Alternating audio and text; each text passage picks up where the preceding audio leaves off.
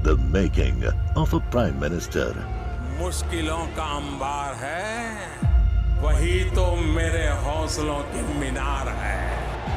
हिंदुस्तान में दो प्रधान दो निशान नहीं चलेंगे। अगर इतनी ताकत ये पाकिस्तान के खिलाफ लगा दे तो आतंकवाद आसान हो गया। हम चुनौतियों से टकरा रहे हैं। सर्जिकल स्ट्राइक और एयर स्ट्राइक करके नए भारत के सामर्थ्य का संदेश भी दे दिया है। तुम उठो, तिरंगा लहरा दो।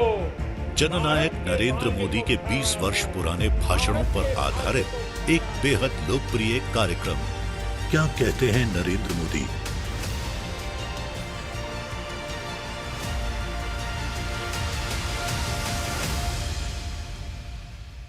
नमस्कार, मैं हूं आपके साथ शिखा ठाकुर। हमारे खास प्रोग्राम क्या कहते हैं नरेंद्र मोदी में आज आपको सुनवाएंगे पीएम मोदी का वो ऐतिहासिक भाषण जो उन्होंने 22 दिसंबर 2013 को मुंबई में दिया। मोदी जी ने अपने भाषण में कहा कि कांग्रेस वोट बैंक की राजनीति में डूबी हुई है। वोट बैंक की राजनीति के लिए समाज को तोड़ते रहना और डिवाइड एंड रूल करना कांग्रेस की विशेषता रही है। आजाद हिंदुस्तान को एक तरफ सरदार पटेल ने एक किया, वहीं दूसरी तरफ कांग्रेस ने भाषा और प्रांत रचना के नाम पर देश में भाई से भाई को लड़ाने का बीज बोया। भाइयों बहनों,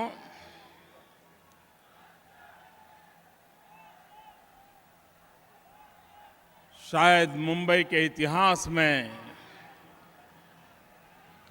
ऐसा विराट दृश्य देखने का सौभाग्य इसके पहले किसी को नहीं मिला होगा।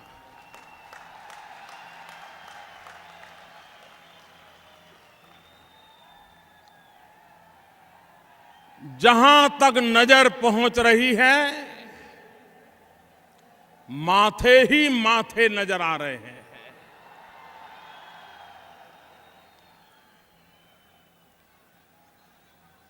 मैं महाराष्ट्र प्रदेश भारतीय जनता पार्टी, मुंबई प्रदेश भारतीय जनता पार्टी, उन सभी कार्यकर्ताओं को अनेक अनेक अभिनंदन करता हूं कि उन्होंने इस ऐतिहासिक घटना को साकार करने के लिए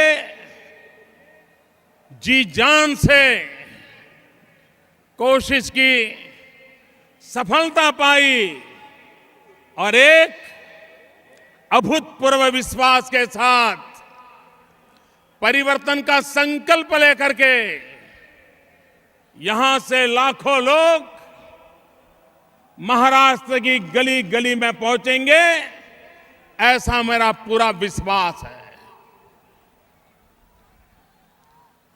भाइयों बहनों,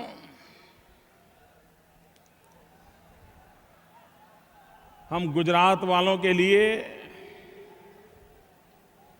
मुंबई ये दूसरा घर है।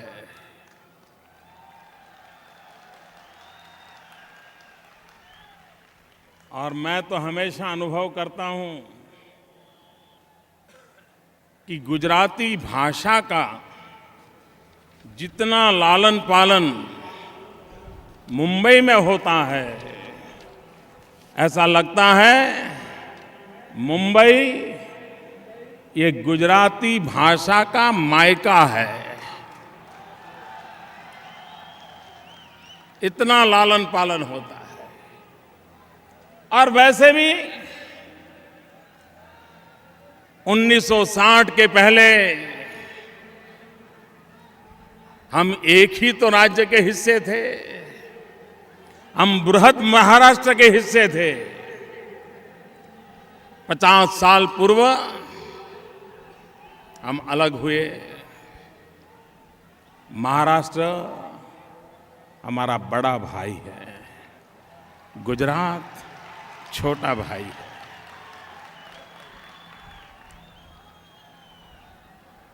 लेकिन भाइयों बहनों,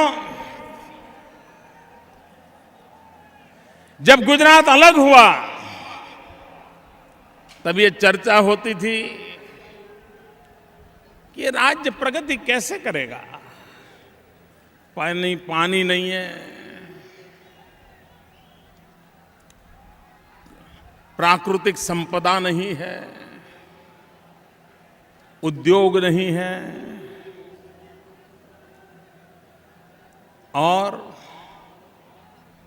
इतना बड़ा रेगिस्तान है, उधर पाकिस्तान है, तो गुजरात प्रगति कैसे करेगा? लेकिन भाइयों बहनों, जब हम अलग हुए तब कुछ नहीं था, लेकिन आज गुजरात ने विकास की नई ऊंचाइयों को पार करके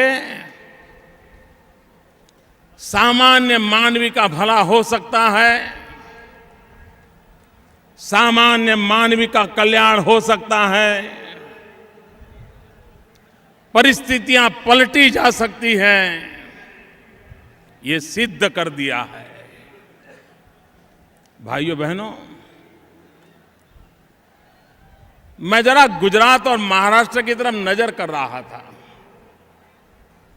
और शायद मीडिया के मित्रों का भी कभी इस बात पर ध्यान नहीं गया होगा, मेरा भी नहीं गया था। कल ही मेरे ध्यान में ये बात आई। गुजरात ने भी 1 मई को 1960 को एक स्वतंत्र राज्य के रूप में यात्रा शुरू की थी। महाराष्ट्र ने भी 1 मई 1960 को स्वतंत्र राज्य के रूप में यात्रा शुरू की थी। इतने वर्षों में गुजरात में 14 मुख्यमंत्री बने, लेकिन महाराष्ट्र में इतने वर्षों में 26 मुख्यमंत्री बने। अब बताइए, यहां की राजनीति कैसी होगी? यहां के राजनीति के तौर तरीके कैसे होंगे?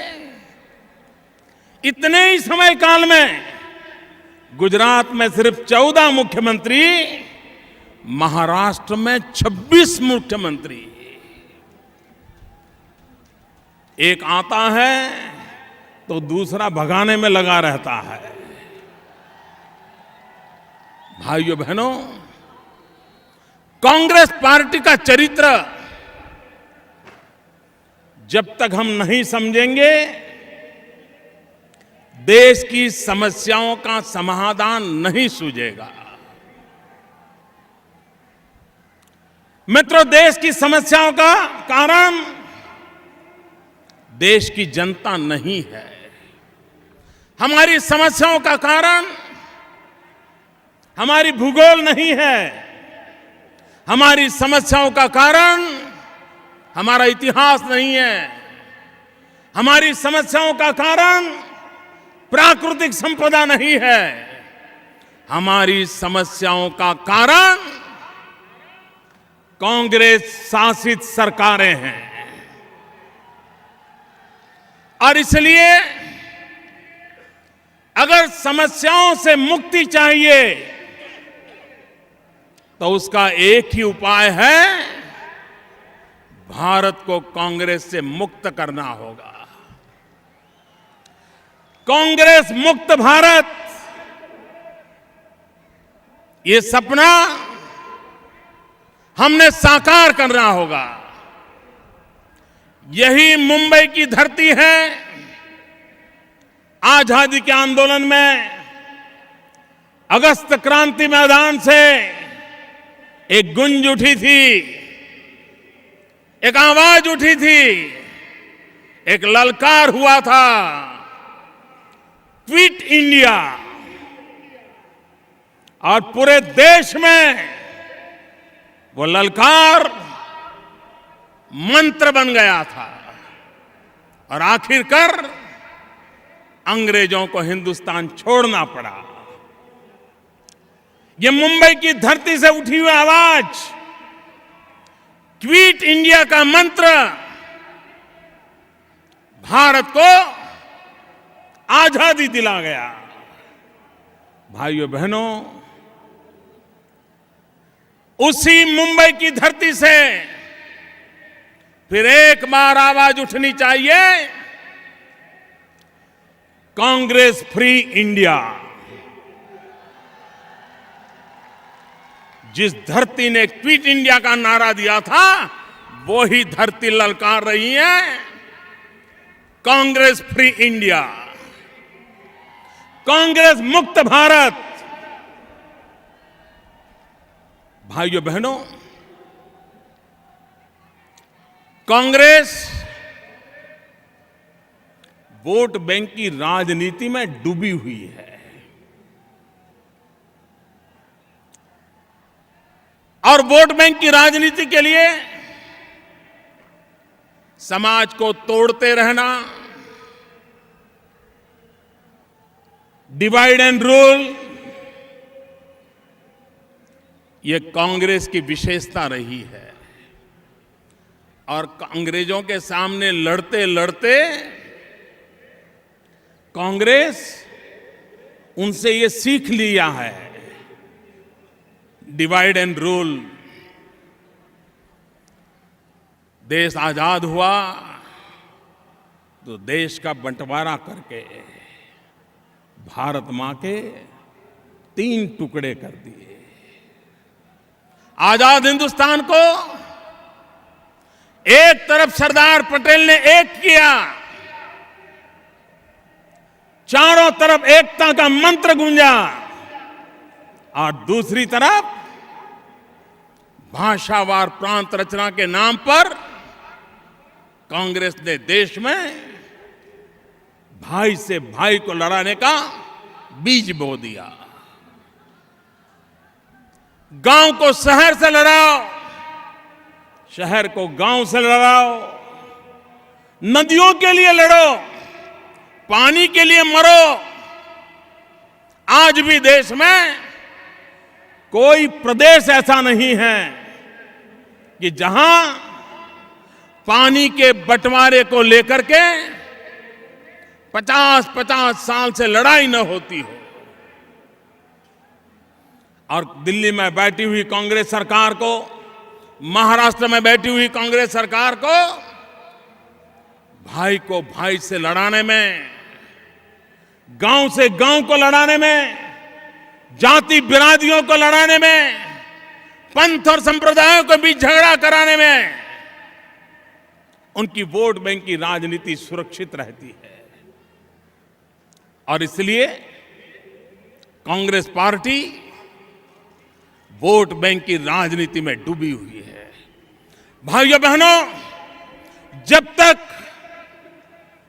वोट बैंक की राजनीति से हम देश को मुक्त नहीं कराएंगे और देश को विकास की राजनीति के रास्ते पर नहीं ले जाएंगे, देश की समस्याओं का समाधान नहीं होगा। भाइयों बहनों, भारतीय जनता पार्टी ने अपनी आर्थिक नीतियों के द्वारा, अपने राजनीतिक दर्शन के द्वारा, अपनी कार्य संस्कृति के द्वारा